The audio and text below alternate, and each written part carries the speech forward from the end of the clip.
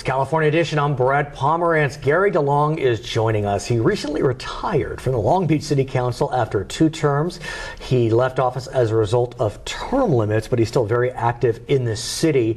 I wanted to have him join us to speak about an exciting project, which we'll get to in a moment. But first, I want to speak about Long Beach and the political landscape today. 9 members on the Long Beach City Council. 5 are new. 5. And a new mayor. And a new mayor. Let's talk about the council, then the mayor. Tell me what you think about the fact there are 5 new council members. I think we've got a fresh vision in Long Beach. I am very encouraged. We've had a few council meetings so far, and the new team is doing a terrific job. I'm very optimistic. What are they in for? You know, they're in for a little bit of a honeymoon financially this year and next year. But 3 years from now, pension costs are spiking again. There's going to be some tough roads ahead. But by that time, there'll be a seasoned city council, and I believe they'll be up to the challenge. The challenge for members of the Long Beach City Council is they are not a full-time council. Correct. And although at times it appears to be a full-time job, but yes. And that's the challenge. I believe most, if not all of them, have full-time jobs. They do. That's correct. And so, how do they juggle? I mean, you know, I've talked about on the program, I think part-time city councils are an odd beast, especially in a city the size of Long Beach. But be that as it may. They are. I mean, there's a lot of juggling, but candidly, in today's times, I think most families do juggling, right? Yeah, you got 2 parents, 2 jobs, a number of things going on. The kids, you're always juggling something. I mean, that's not easy. It's not easy. And I know, for example, my successor, Councilwoman Susie Price, who's come in, is starting to hold Saturday morning office hours to be able to be accessible to constituents, because she has a big job during the week. She's a deputy DA. Exactly. That's a real job. Deputy district attorney, so she's making time on weekends for constituents. Let's talk about the mayor. I mean, this is a big change. We went from Bob Foster, a man a little bit older, right? A little bit older, to now a 36-year-old mayor, right? And a trailblazer. Yes, he is. First Latino mayor, first LGBT mayor. Correct. I mean, this is a big deal. It's a big deal. Now, obviously, he comes with experience. He's been on the city council for a few years. But I'll tell you, so far, I've been very impressed with Robert Garcia. I think he's doing a terrific job. He's doing all the right things. He reached out to the port. He's mending fences. I think he's going to do a good job as mayor of Long Beach. Well, a lot of folks found so interesting about this recent mayor's race is, regardless of who won, they were going to be a trailblazer. Yes. Because he was running against Damon Dunn, who's an African-American gentleman, also young as well. Also young, right, late 30s. So, wow, I mean, I've said this before, this is not the Long Beach of yesterday. No, it's the Long Beach of tomorrow, and I think that's a good thing. How did this happen? I mean, how is it that Long Beach is, really taking such big strides? Well, I think, voters showed up to the poll. I think a number of these people had some pretty good history and track records. They were very emblematic of their community. Stacey Mungo in the 5th. I looked at that race and said, she looks like the community. She's been connected, engaged in neighbor associations. So they sent one of their own to the city council, clearly. And she's a budget director in her current job. Which is great. What's the mayor in for, the new mayor? I think, as I said, honeymoon this year and next year, but going to be some very difficult decisions. He had a lot of labor support coming in, which I think is good. Certainly a significant part of the Long Beach community, but he's going to have some very tough discussions. Are there other issues that are on the horizon for Long Beach? And I say that because I think in a lot of ways Long Beach is emblematic of a lot of cities. It's a fairly large city, 500,000 about. A lot of cities in that range in California. Sacramento's about 500,000. I mean, our uniqueness clearly is the Port of Long Beach, right, which is a tremendous job creator, economic engine, not just for Long Beach, but the region. So, kind of as the port goes, will be as the city goes. And I think that's one of the reasons Mayor Garcia very quickly reached out and gave some affirmative response to the port that you look forward to working together. And then, of course, we're a coastal city. We're on the beach, so we're doing a lot of investments in our beaches right now. Let's talk about an exciting investment. It's known as the Belmont Aquatic Center. That's right. For our viewers statewide, tell us where Belmont is. So Belmont is part of Belmont Shore, which is right on the sand, on the coast in Long Beach. It's a beautiful location. Absolutely majestic. It is.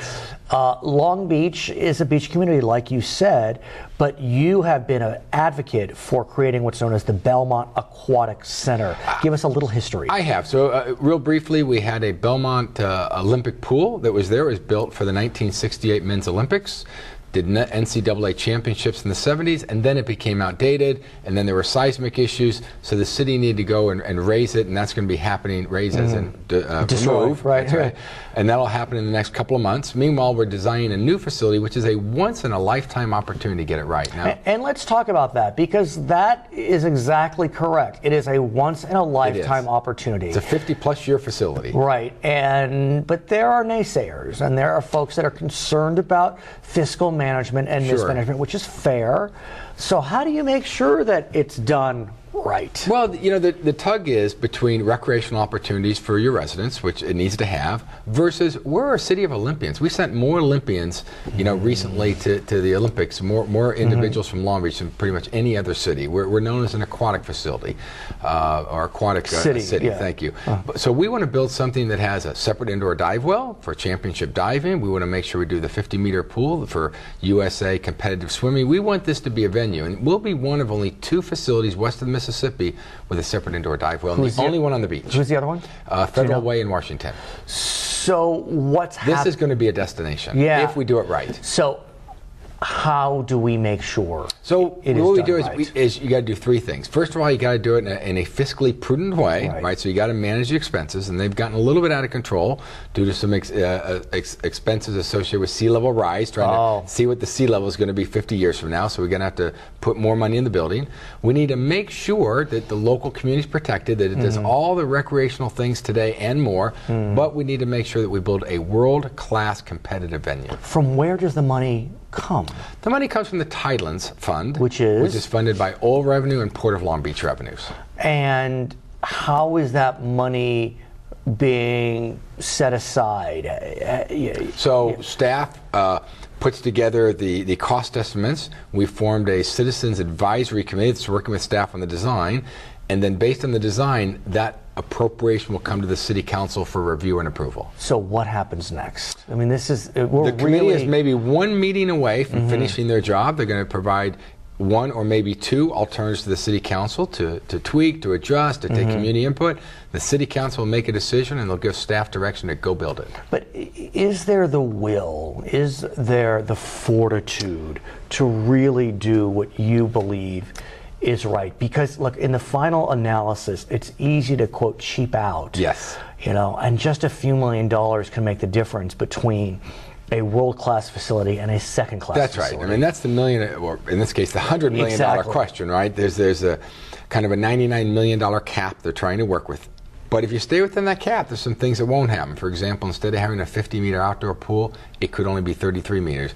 Instead of having 1,250 permanent seats, which is needed in a competitive venue, they're looking at maybe only 650 seats. So there's still some adjustment that need to be made. But in my mind, we're going to have to spend a little extra if that's what it takes, get it right the first time, build a world-class facility that the city can be proud of for the next 50 years. So let's say, hypothetically, you have this $99 million cap, but in the final analysis, you need $105 million. Yes. What happens then? I would hope that the city council would have the wisdom to understand there's always pockets of money and places to go. As you know, I was chair of the Budget Oversight Committee for 8 years, and I'll be happy to help my successor, if she asks for it, find those additional dollars that will be necessary. And do you turn to private interest? Is that appropriate? Well, I think we should absolutely look at private sponsorships.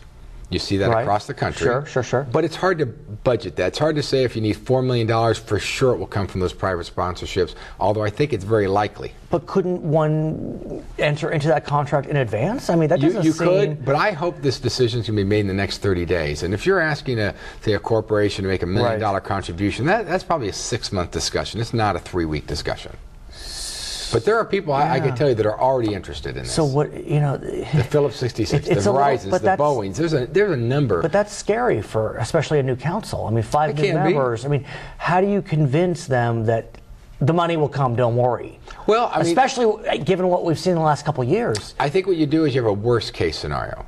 The worst case scenario is, even though the building process happens through fiscal year 18, there's plenty of money in FY19 and FY20. So to go get some short-term financing to carry you a year or 2 is a very easy thing to do. And there's plenty of money coming in the Tidelands Fund in those years. His name is Gary DeLong. My name is Brad Pomerance, and this is California Edition.